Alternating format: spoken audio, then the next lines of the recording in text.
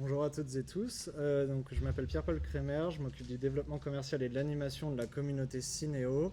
Donc, globalement, ce qu'on retient de ce matin, c'est que la logistique, c'est un casse-tête absolu, c'est un métier, mais que pour la partie économie circulaire et stockage logistique, on est face à un tournant et on est en passe de passer à l'échelle, mais pour ça, il faut qu'on se dote des bons moyens. Sauf que le transport, Hugo, Noé, Michel l'ont dit, c'est un véritable casse-tête. Pour ça, il faut s'appuyer sur les bonnes personnes, sur les bons outils pour pouvoir en faire. Je ne représenterai pas Cinéo dans le détail, évidemment. L'idée, c'est surtout de dire que le transport et le stockage, c'est l'un des freins à l'économie circulaire parmi plein d'autres. Et nous, la réponse qu'on a trouvée chez Cinéo pour faire en sorte que l'économie circulaire, ça devienne possible, ça a été de lister tous ces freins, de leur trouver des solutions pour leur mettre en face des moyens qui permettent de faire de l'économie circulaire. Et je vais un peu reprendre le schéma que vous aviez évoqué tout à l'heure, Jérôme, c'est comment on fait du réemploi, en tout cas du point de vue du transport. Déjà, le premier moyen, et c'est vraiment le mot-clé qu'il faut retenir, c'est qu'il faut anticiper, puisqu'on ne peut pas faire de la réaction dans l'urgence, en tout cas c'est très compliqué, donc on va anticiper. Pour ça, nous, ce qu'on a fait, c'est qu'on a créé une communauté, d'entreprises et on a mutualisé les moyens d'un écosystème pour que les gens se rencontrent, pour que les gens anticipent les demandes de vente de gisements, d'achat de produits prêts à poser, que les entreprises travaux, les maîtres d'ouvrage, les déconstructeurs, tout le monde puisse anticiper des cahiers des charges de reprise qui sont préalablement écrits par les filières. Donc qu'est-ce qu'elles reprennent, comment on dépose, qui a la compétence pour déposer. Ok, donc maintenant on se dit, bon, on a créé une communauté et on peut anticiper toutes ces demandes de transport, d'achat et vente de matériaux.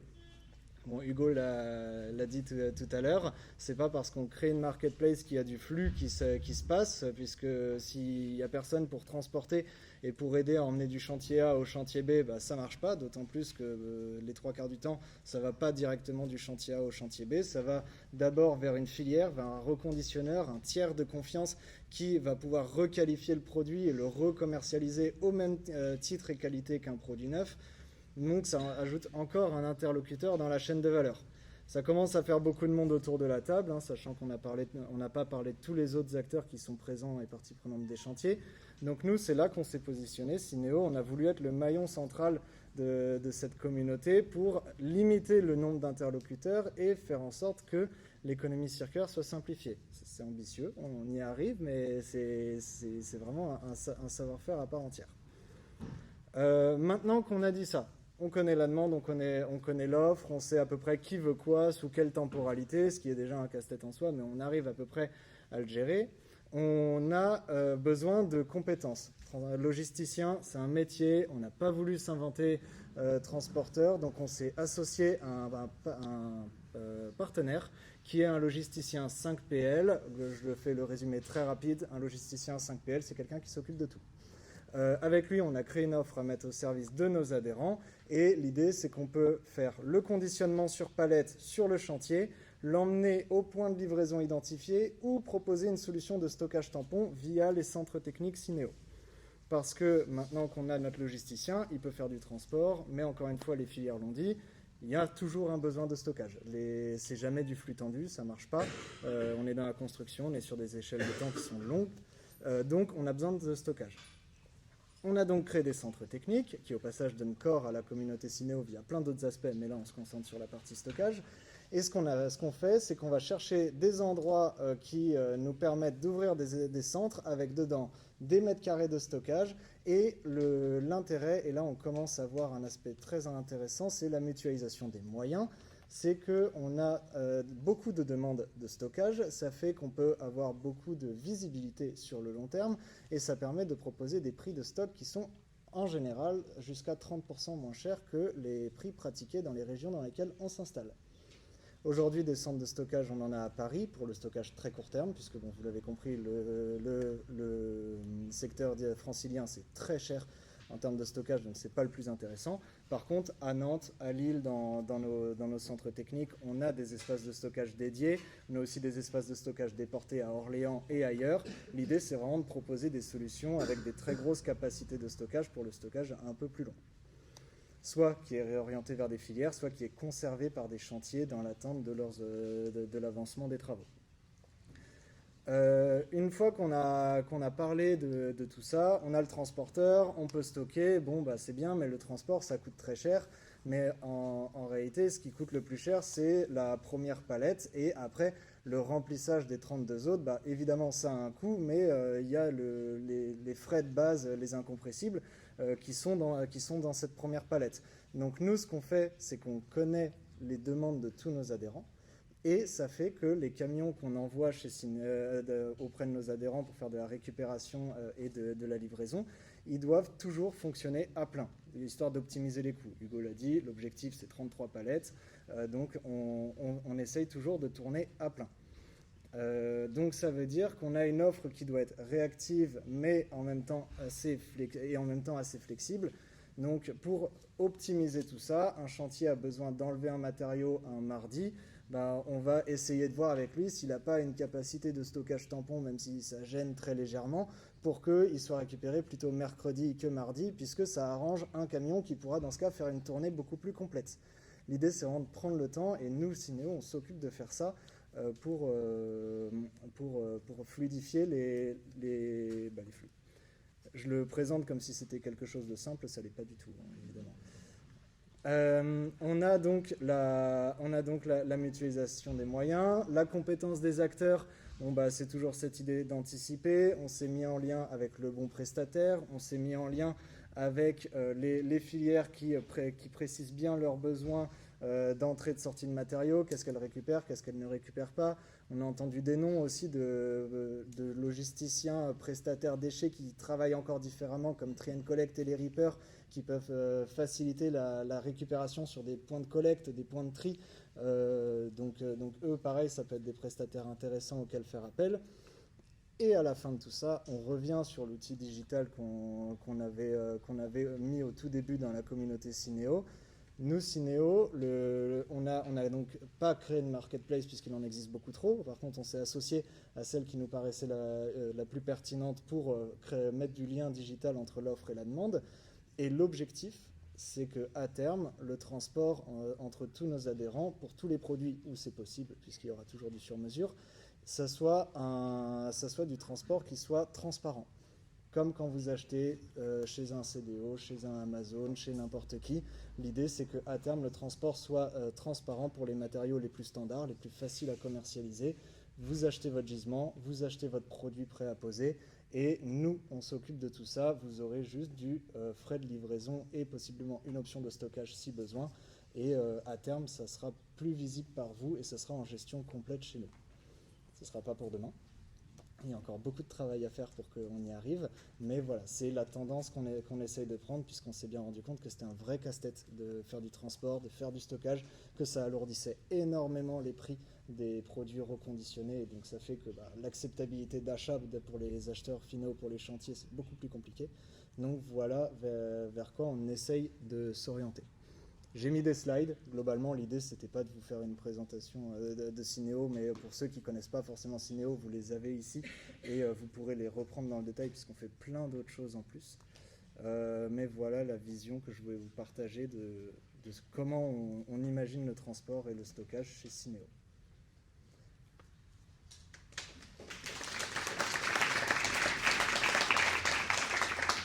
Est-ce que vous avez des questions ? Oui.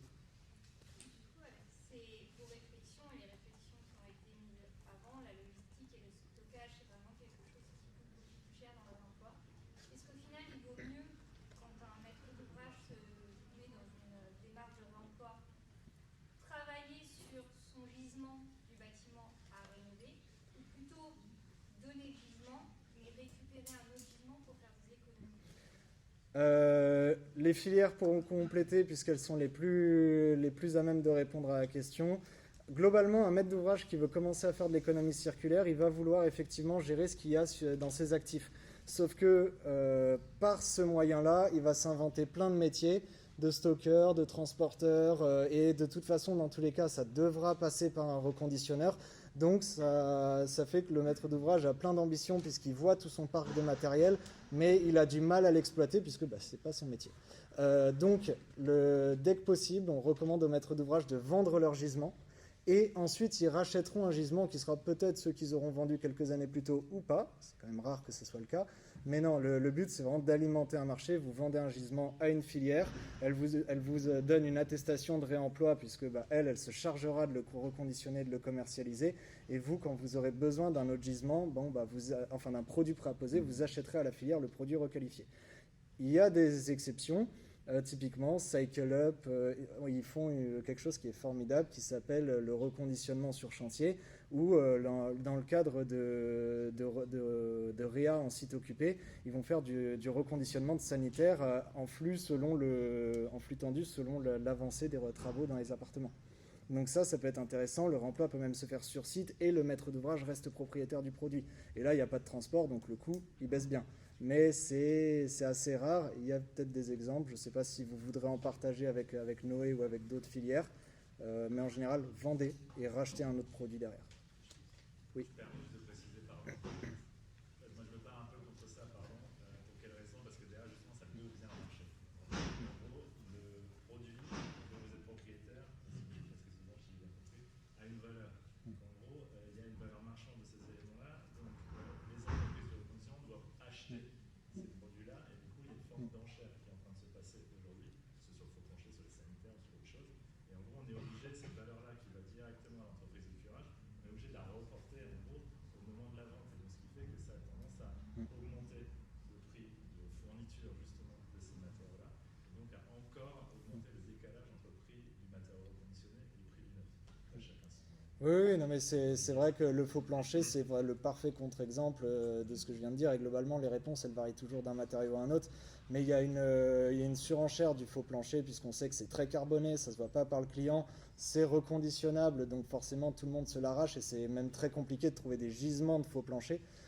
Donc souvent, les entreprises restent propriétaires de leur faux plancher. Et là, elles travaillent en direct avec Mobius pour faire du reconditionnement et réemploi. J'ai vu qu'il y avait une autre main levée qui était ici. Oui. Oui, en fait, ça s'étudie, je rejoins un peu ce que dit Noé, ça s'étudie un peu au cas par cas. Moi, je travaille dans une filière qui reconditionne, qui remanufacture des luminaires. On a un cas très précis pour une opération où, en fait, plutôt d'imaginer un transfert de propriété, donc un achat de gisement, au final, dans la discussion, le maître d'ouvrage est resté propriétaire de son actif, qu'on a stocké et qu'on stocke encore aujourd'hui, et qu'on va réutiliser dans quelques mois. Et au final, on va dire sur un coût d'un luminaire qui est assez, on va dire, assez qualitatif, cet impact logistique, il est de l'ordre de moins de 20%. Alors, c'était par rapport au stockage, parce que vous disiez que le coût de stockage, quand on parlait tout à l'heure du chantier qui commençait, qu'on dépose et on a besoin de produits 18 mois plus tard, et que le coût de stockage pouvait faire envoler les prix, alors que peut-être s'il y avait déjà des gisements réutilisables, ça abaissait. Ça s'étudie toujours aux matériaux et surtout, quand vous commencez à stocker quelque chose, il vaut mieux savoir pourquoi vous le stockez. Parce que sinon, on rentre dans du stockage à risque. Et là, tout de suite, ça peut coûter très cher. C'est du stock dormant qui va juste vous coûter de l'argent et un jour, vous le jetterez. Mais encore une fois, c'est aux matériaux. Là, c'est avec les filières qu'il faut voir en direct. Oui. Dans le transport, là on part du principe que tout est routier ou essentiellement routier. Alors c'est plutôt à l'échelle francilienne. Est-ce que des solutions fluviales, comme il y a à Lyon des déchetteries sur l'eau, on peut aussi stocker sur des barges, d'autant plus qu'à terme il y a un port qui est en construction à Cher, qui pourrait alors, à la fois valoriser les déchets et puis éventuellement aussi jouer un rôle de stockage. Je ne sais pas si c'est... On avait commencé à étudier de loin l'aspect fluvial, puisqu'en plus notre centre technique il est à Vitry, donc il est vraiment collé à la Seine. Les choses ont fait qu'on n'a pas du tout le temps de creuser le sujet. Par contre, effectivement, ça peut être un point intéressant à regarder, surtout si ça permet d'aller plus loin à moindre frais, pourquoi pas. Donc je dis pas non puisque je sais pas. Mais c'est à étudier. Oui.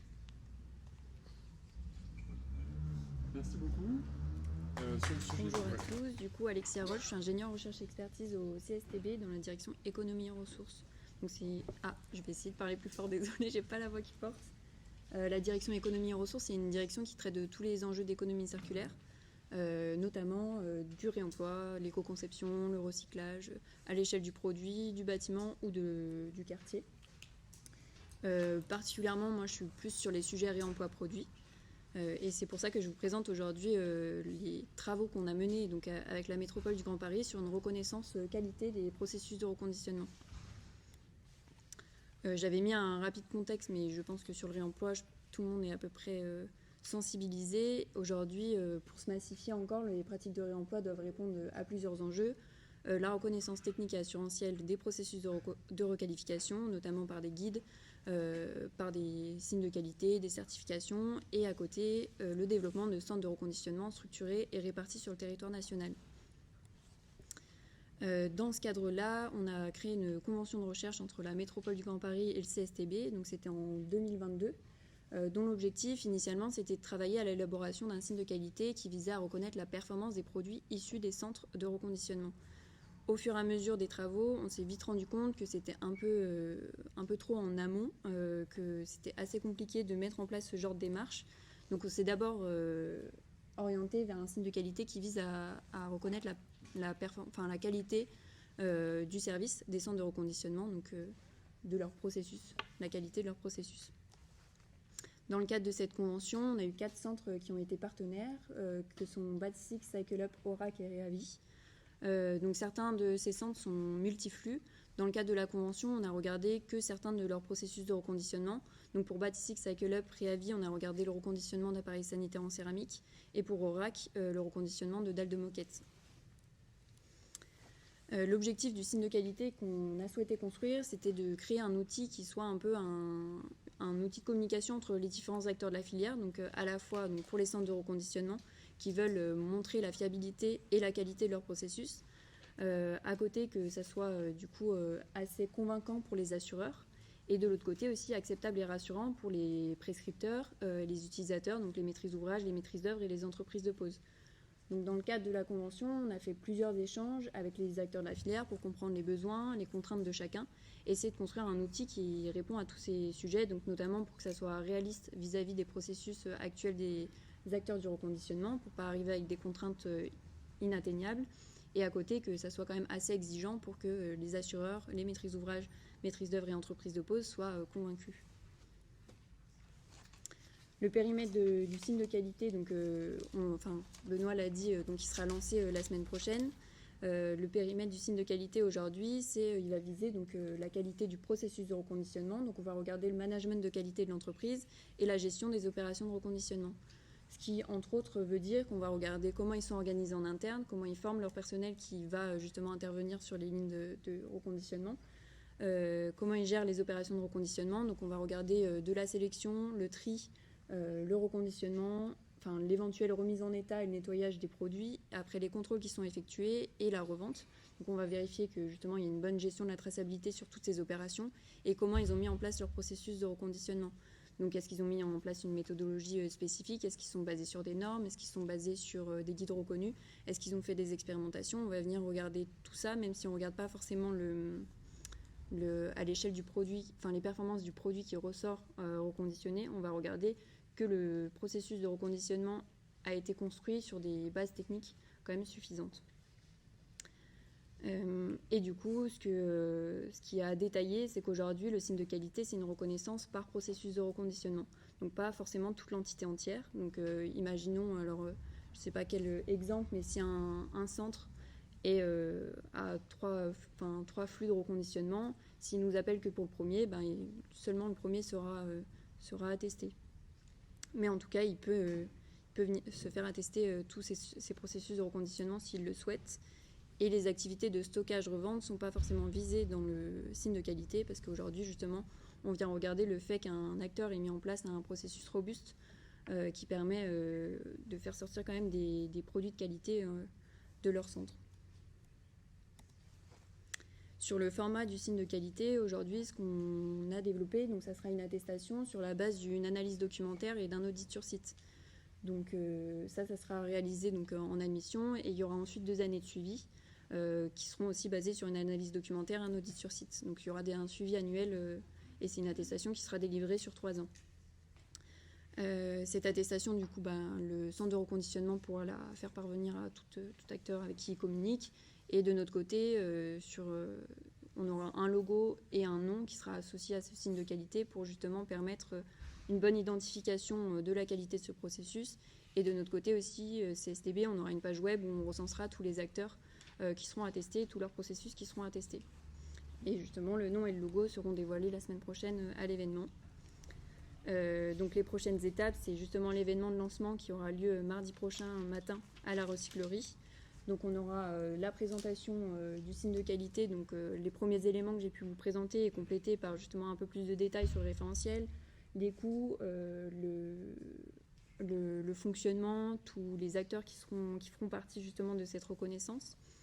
Et du coup, on aura aussi l'intervention de la métropole du Grand Paris et d'autres parties prenantes via des tables rondes et via des pitchs aussi pour les centres qui ont pu participer à la convention de recherche. Et justement, sur la convention de recherche, on continue les travaux une année de plus avec la métropole du Grand Paris. Donc c'est des travaux de recherche et aujourd'hui, on va continuer les travaux sur le signe de qualité parce que ce qu'on a pu voir, c'est que dans le cadre de la convention, on a testé le signe de qualité sur 2 processus, donc appareil sanitaire et dalle de moquette. On a construit un référentiel justement sur cette expérience. C'est un référentiel qui est générique, donc il n'y a pas de spécificité sur les performances des dalles de moquette, performances des appareils sanitaires, mais on se demande sur des produits plus complexes, sur des processus de reconditionnement plus complexes. Donc si on va justement voir des éléments de structure, enfin du reconditionnement d'éléments de structure, de clos couverts ou des équipements électriques, est-ce que les exigences sont suffisantes ou en tout cas peuvent être complétées sur ces produits-là. Donc c'est un peu l'objectif de la suite de la convention pour pouvoir faire évoluer les référentiels si nécessaire vis-à-vis des observations qu'on aura menées. Et un autre point assez important qu'on souhaite étudier dans le cadre de cette convention de recherche, c'est les enjeux de la déconstruction. On a pu voir justement que pour fiabiliser les gisements sortants des centres de reconditionnement, il faut aussi fiabiliser les gisements qui sortent des curages et justement pour limiter toutes les questions de logistique, de déplacement de produits non suffisants d'un point de vue qualité pour justement réduire les coûts pour les centres. C'est assez important d'aller étudier ces points-là. Donc on va essayer de travailler sur ce sujet-là. Voilà la présentation.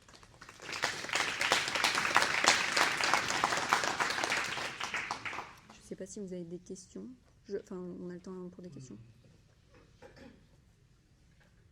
de questions. Très bien. Si, moi j'avais une question. Oui. Pourquoi est-ce que le stockage a été exclu? La vente, je comprends, mais le stockage, parce que les conditions de stockage peuvent avoir une influence sur la qualité des produits qui sont... Oui, alors du coup, c'est plus les activités de stockage-revente. Donc aujourd'hui, c'est des activités où les acteurs peuvent venir récupérer des produits sur des chantiers, les stocker et les redonner. Donc ça, nous, il n'y a pas forcément un processus de contrôle, de tri, etc. Donc c'est ces activités vraiment... qui, pour nous, on ne définit pas ça comme du reconditionnement. Donc on l'a sorti de notre scope.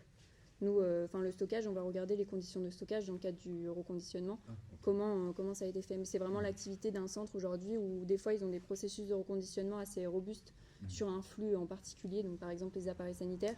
Et à côté, pour compléter, j'imagine, leur modèle économique, ils vont avoir des activités de stockage-revente parce que peut-être qu'ils ont une surface qui le permet. Et du coup, ils vont permettre à certains acteurs de stocker. Et voilà. Donc ça, nous, on ne regarde pas du tout parce qu'il n'y a pas forcément de gestion de la qualité de cette activité. Oui. Quand vous avez un gisement, peu importe, à quel moment on vient vous chercher, celui qui détient, quand est-ce qu'il vient vous chercher et pourquoi? C'est pour améliorer sa visibilité ou rassurer Alors aujourd'hui, du coup, nous, les cibles de ce signe de qualité, c'est les centres de reconditionnement, donc que ça soit en activité principale ou parallèle. Et après, ça, en fait, c'est un outil qui va être utilisé par les prescripteurs pour justement se diriger vers les bons acteurs qui ont justement un processus de qualité robuste, et aussi peut-être par les déconstructeurs pour justement cibler les gisements vers ces centres de reconditionnement qui sont identifiés et attestés par le CSTB. Donc c'est pas du cas par cas, chantier par chantier. Nous, on vient justement regarder un processus de reconditionnement établi et plus industrialisé dans une structure. C'est-à-dire qu'un maître d'ouvrage qui veut faire un appel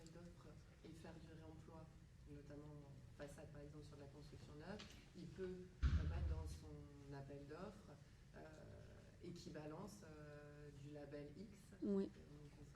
C'est ça. Oui, de demander des acteurs qui ont été attestés. Ouais. Ça ne sera pas sur matériaux, ça sera du coup l'acteur qui aura un processus de reconditionnement, enfin un produit qui sera issu d'un processus de reconditionnement attesté. Du matériau. Ouais. Donc de celui qui a reconditionné et a stocké. Oui. Stocké hors. Que ce soit des produits qui soient issus d'un processus de reconditionnement attesté. D'accord. Donc nous, on a essayé de travailler justement sur ce marquage pour que les produits qui soient issus de ces centres soient aussi marqués, même si c'est normalement une attestation sur le processus. Mais aujourd'hui, il faut que ça soit visible sur les produits. Donc il y aura un marquage spécifique pour les produits reconditionnés issus de processus attestés. Oui. Quel est le coût Alors justement, c'est un détail c'est ce qu'on détaillera, je pense, lors de l'événement. Mais en fourchette, c'est autour des 5 000 € à l'admission et 3 000 € en suivi. Donc c'est un certain coût, mais justement c'est justifié par le fait qu'il y a un audit sur site, une analyse documentaire, une reconnaissance associée pour justement toute la gestion technique et administrative des dossiers. Oui. Il y a un projet au niveau de l'Europe de faire un passeport numérique et d'étendre le marquage CE aux matériaux de transport. Est-ce que vous rentrez également dans ce type de démarche? Est-ce que le but de votre signe de qualité, c'est qu'à terme, ça puisse aussi compléter le marquage CE? Alors aujourd'hui, je ne pourrais pas trop répondre à cette question, je pense, parce que non, nous, on a réfléchi à l'échelle nationale pour l'instant, donc on n'est pas du tout encore lié à des enjeux européens. On répond plus à une demande nationale sur ce sujet-là, et du coup, une démarche vraiment nationale. En fonction des évolutions et des besoins, peut-être qu'un jour, si ça répond à ces questions-là, le marquage CE, oui, on s'associera sûrement à ce genre de démarche, mais aujourd'hui, non, c'est pas du tout en tout cas réfléchi.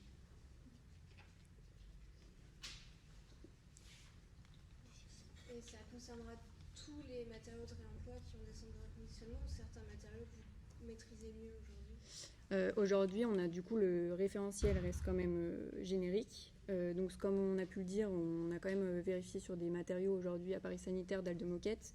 On sait qu'il y a certains matériaux qui fonctionnent pareil et que les exigences sont suffisantes. Ce qu'on a essayé de faire justement dans la suite des conventions, c'est d'aller voir des matériaux plus complexes parce qu'on se demande si des exigences supplémentaires ne seraient pas nécessaires pour assurer tout le monde. Pour autant, on fera l'attestation et ça veut dire que le processus sur tel ou tel produit répond à ces exigences-là. Donc quoi qu'il en soit, il est applicable sur toutes les familles de produits, tout centre de reconditionnement qui souhaitent se lancer dans la démarche. La question c'est, vous avez parlé d'une norme qui serait nationale ou étendue. Alors pourquoi l'association avec la MGP? Alors, c'est je ne sais pas si Martine est toujours là ou elle est partie. Elle est partie, mince.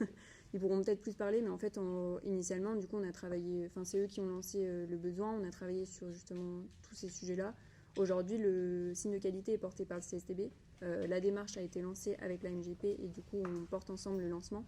Ensuite, le CSTB sera le seul à attester les centres, la démarche. Du coup, c'est pour ça qu'on a voulu l'ouvrir à l'ensemble du territoire, parce que le besoin est quand même sur tout le territoire national.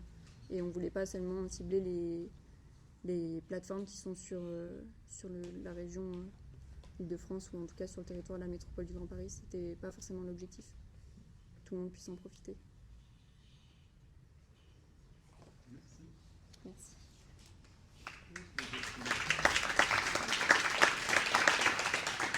Bonjour à toutes et tous, donc, je suis Laura Astier, chargée de mission économie circulaire BTP au sein de l'EPT Est Ensemble, et du coup je vais vous présenter un peu la vision territoriale sur comment on peut faciliter la logistique des réemplois à cette échelle à travers la stratégie d'Est Ensemble. Peut-être pour vous resituer le territoire, donc là aux ateliers d'Hydro vous vous situez sur Est Ensemble au nord-ouest du territoire. Donc Est Ensemble est un établissement public territorial qui regroupe 9 villes en Seine-Saint-Denis, donc avec 440 000 habitants, habitantes. Le deuxième territoire métropolitain le plus dense après Paris, ce qui nous intéresse forcément sur les sujets logistiques, en tout cas qui est une contrainte non des moindres. Et on est sur un territoire en mutation, donc avec 12 projets de renouvellement urbain, une dizaine de zones d'aménagement concertées en cours et des études urbaines également. Et Est Ensemble s'est saisi du sujet réemploi de matériaux du fait de la part des émissions de gaz à effet de serre du secteur du BTP sur le territoire, donc qui représente 27%. Et les élus ont adopté un plan climat-air-énergie territorial qui intègre un volet économie circulaire renforcé, y compris forcément sur les chantiers. Donc pour vous faire un petit panorama de la stratégie de réemploi des matériaux sous l'angle logistique, il y a en gros 3 gros piliers d'action. Donc un premier qui est l'accompagnement au changement de pratique sur les chantiers, donc qui touche au début de la chaîne logistique avec la dépose et à la fin de la chaîne avec le réemploi effectif sur les chantiers. Donc on a à la fois lancé dès 2020-2021 des projets pilotes, notamment de dépose sélective dans les opérations des bailleurs avec le soutien financier d'Enru+, donc un dispositif de l'Enru et de la Caisse des dépôts. Et il y a tout un volet prescription d'objectifs par Est Ensemble où on est notamment venu toucher au plan local d'urbanisme intercommunal. Donc on anticipe la réglementation environnementale 2020, ce qui incite du coup à recourir aux matériaux de réemploi. Et plus récemment, avec une modification qui est rentrée en vigueur cet été, il y a un objectif chiffré de matériaux de réemploi qui a été intégré. Le deuxième grand axe, c'est de structurer une filière économique locale, et donc du coup forcément l'EPT cherche est à l'écoute et cherche à faciliter un maximum les problématiques de stockage, transport et implanter des activités de reconditionnement sur le territoire. Et le troisième axe est de mutualiser des outils communs. Donc Est Ensemble est partenaire sur le projet d'outils numériques BTP Match qui a été cité plus tôt dans la matinée et que je vais pouvoir détailler, et du coup qui répond au sujet de besoin de mise en visibilité dans le cadre des sujets logistiques. D'un point de vue territoire, ce qui a été fait, c'est d'initier des études qui intégraient l'angle de la logistique. Donc en 2018-2019, il y a eu une première étude de métabolisme urbain. Donc ça consiste à réaliser un diagnostic des flux entrants et sortants sur les chantiers du territoire. Ça a été la première étude qui a initié la stratégie d'économie circulaire BTP, et à l'époque, elle intégrait déjà le sujet logistique avec le sujet d'identification de fonciers potentiellement disponibles pour du stockage, et aussi la réalisation d'une cartographie des acteurs qui pourraient reconditionner les matériaux. Il y a quelques années, donc 2021-2022, Est Ensemble a réalisé une étude de faisabilité et de dimensionnement pour des plateformes d'économie circulaire dans le BTP qui s'est déroulée en 2 étapes. Donc ça a été réalisé par NeoEco et Smart Construction Logistics. Donc il y avait une première phase d'identification de foncier qui a permis d'identifier un projet d'hôtel logistique fluvial de la Sogaris à Bobigny sur le territoire.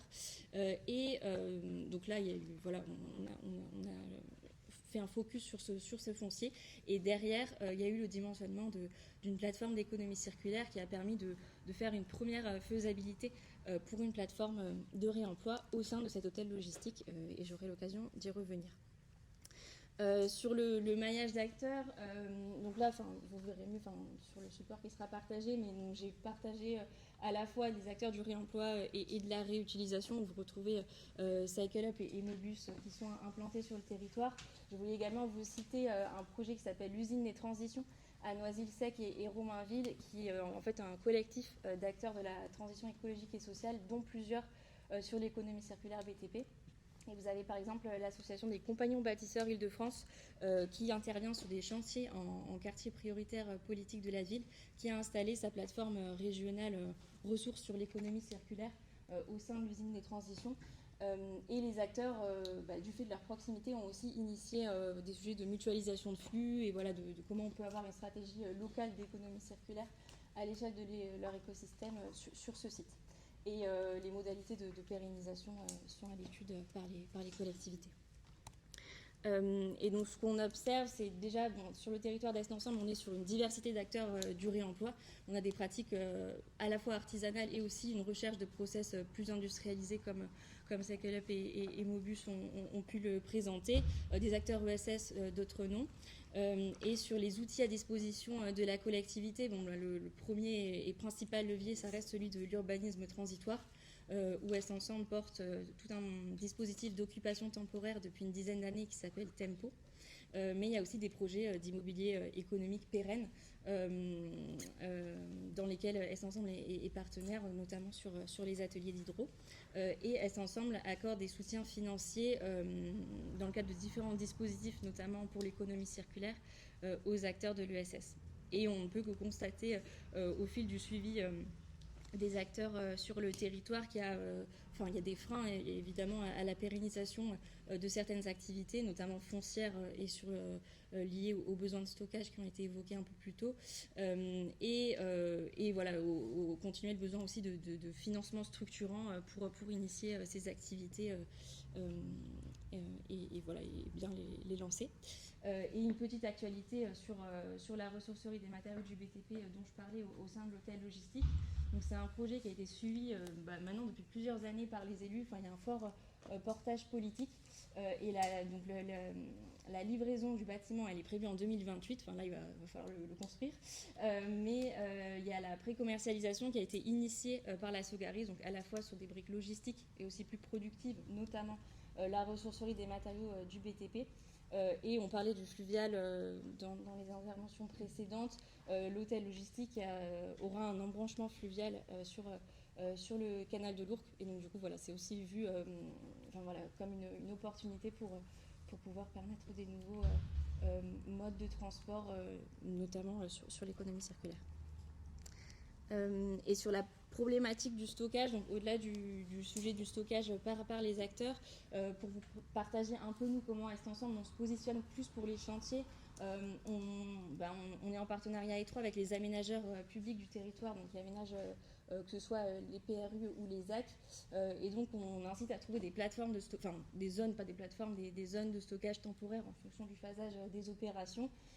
Et pour donner un exemple, avec la casquette de maîtrise d'ouvrage d'Est Ensemble, Est Ensemble porte un projet qui s'appelle le Grand Chemin, qui est un projet de boucle verte à travers le territoire en faveur des mobilités actives. Il y a toute une stratégie de réemploi, notamment de pavés, de bordures, de terre et de mâts d'éclairage, ce qui nécessite du stockage temporaire, comme dans tous les chantiers. Et donc voilà, on est aussi dans cette recherche un peu de stockage temporaire sur le territoire. Et on essaie d'identifier notamment des délaissés autoroutiers, puisqu'Est Ensemble est traversé par des autoroutes. Donc l'idée, c'est d'essayer de mobiliser ces délaissés pour des occupations relativement plus longues. Et du coup, j'en arrive au sujet de la plateforme numérique territoriale BTP Match, qui est un projet initié par les territoires. Donc, pour vous resituer le constat, donc on était plus en 2021-2022. Donc c'est parti d'échanges, notamment Pleine Commune, Est Ensemble, Ville de Paris. Donc le constat, c'était qu'on avait des offres de matériaux au calendrier varié, avec les chantiers qui prennent du retard, notamment qu'on citait plus tôt. Qu'elles sont recensées sur différentes sources, que ce soit les diagnostics des constructeurs, les marketplaces numériques qui avaient été initiés et les plateformes physiques. Et en parallèle, qu'on avait des recherches de matériaux à visibiliser. Donc du coup, dans les échanges qu'on a eus au niveau territorial, on s'est dit qu'il y avait un besoin d'une méta-plateforme à l'échelle territoriale, donc avec les objectifs à la fois de rendre visible l'ensemble des offres de matériaux sur une plateforme unique, ou en tout cas avoir une porte d'entrée unique, d'où le terme de méta, et de mettre en relation ces offres automatiquement avec les recherches de matériaux dans une perspective de gain de temps pour les équipes projets et du coup d'accélérer derrière l'économie circulaire. Donc ça, c'était pour le besoin initial. Et donc, il y a eu le développement d'un prototype avec donc, les territoires partenaires donc, de Pleine Commune, Est Ensemble et la Ville de Paris. Et c'était sous l'impulsion de Pleine Commune qui avait était lauréat d'un challenge de la BPI qui a permis de cofinancer le développement du prototype. Et à l'époque, bon, c'est il y a 2 ans, mais la métropole du Grand Paris était déjà en appui technique et financier, et donc en lien étroit avec nos 3 territoires et villes pour développer ce prototype qui a été développé par Scop, la start-up, enfin, une entreprise sur cet outil numérique. Bon, là on voit très mal, mais du coup c'est pour récapituler le principe de l'outil qui du coup s'adresse à destination des professionnels et enfin ça c'est le premier point, professionnel, mais à l'ensemble des acteurs de la filière. C'est un accès gratuit, donc l'adresse est ici btp-match.org, et c'est une échelle métropolitaine aujourd'hui, et du coup je vais vous resituer ce passage de relais, parce qu'en effet, donc là il y a eu un événement de lancement de l'outil en juin 2025, donc il y a un passage de relais qui a été effectué par nos 3 territoires à la métropole pour le portage technique et financier. On continue d'avoir un suivi étroit, donc Plaine Commune, Est Ensemble, Ville de Paris, mais surtout on intègre de nouveaux EPT dans la démarche, donc, qui est vraiment une dynamique métropolitaine et interterritoriale. Et donc sur les perspectives, donc on est sur un outil déjà fonctionnel, mais on est dans une logique d'amélioration continue de l'outil et surtout de co-construction, où il y a en fait des groupes de travail réguliers qui sont organisés pour pouvoir adapter l'outil aux besoins. Donc là, récemment, on était sur des sujets nomenclature, comment on peut travailler la nomenclature pour les espaces publics, enfin le réemploi dans les espaces extérieurs notamment. Un gros sujet, c'est le sujet, comment on souhaite être une méta-plateforme, enfin BTP Match, il y a un sujet de poursuite des connexions avec les plateformes existantes, donc que ce soit la plateforme PEMD, les plateformes des reconditionneurs. L'idée, c'est vraiment de faire remonter toutes les offres qui existent, et sachant que BTP Match ne finalise pas la transaction. L'idée, c'est de mettre en relation, et derrière, les chantiers, les porteurs de projets se mettent concrétisent la transaction. Et en parallèle donc, de cet outil, de l'existant, il y a des perspectives de développement complémentaires, à la fois de comment on pourrait intégrer une brique d'intelligence artificielle qui pourrait accélérer le matching entre offre et demande, travailler la prédiction des flux, et aussi, vu que c'est un outil territorial, comment il peut fournir des indicateurs territoriaux pour alimenter nos politiques publiques. Et le mot de la fin, c'est pour indiquer que du coup l'enjeu c'est de massifier l'usage de l'outil, donc qui a été ouvert il y a quelques mois, pour permettre son efficacité. Et à cet effet, des webinaires de prise en main sont organisés régulièrement par les territoires, et le projet devrait être début 2026. Voilà. Je ne sais pas si vous avez des questions. On va peut-être prendre 2 questions, et après on passera à la conclusion, histoire de finir pour le temps. Bonjour, Méziane, Collège Bâtiment.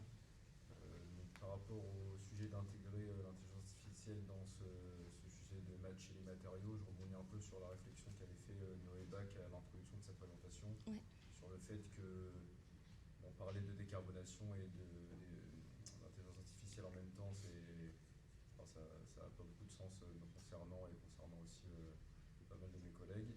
Et d'autre part, ce qui se passe aujourd'hui sur le terrain, entre les chantiers et les prestataires d'économie circulaire, c'est des coups de fil, c'est l'adhésion à un réseau tel que Cinéo qui crée de la confiance et des contacts. C'est pas forcément de l'IA ou je ne sais quel autre marketplace qui permet de faire ces liens-là. Et je donne pas cet exemple-là simplement pour une dizaine de WC. Cette année, avec les clubs, on a dépassé les 500 WC. On arrive à massifier ces choses-là en se connaissant, en s'appelant et en se faisant confiance. Oui. Merci pour le point. En effet, là-dessus, c'est vraiment une piste de développement complémentaire. La métropole, elle porte un programme qui s'appelle Stratégie IA, où en fait, BTP Match va s'intégrer dedans pour voir dans quelle mesure c'est pertinent d'intégrer l'intelligence artificielle, et où il y a quand même une logique de prévision et d'accélération de la mise en relation. Pour autant, c'est quelque chose qui est mis à l'étude et qui sera mis... Non, mais la volonté est bonne, mais il y a plein d'investissements publics qui vont là-dedans. Mais je pense que si on est tous ici aujourd'hui, c'est qu'on est plus ou moins convaincus de la décarbonation de cette activité qui est celle du bâtiment. Et voilà, après, à mesurer si c'est la volonté et s'il y a un intérêt aussi pour optimiser, je sais pas. Mais en tout cas, du coup, ça rebondit bien sur le fait aussi que BTP Match reste de la mise en relation et que ça n'enlève rien au coup de fil derrière et au concret des chantiers existants. Vous avez parlé de foncier disponible. Vous pouvez juste présenter quelles sont les pistes?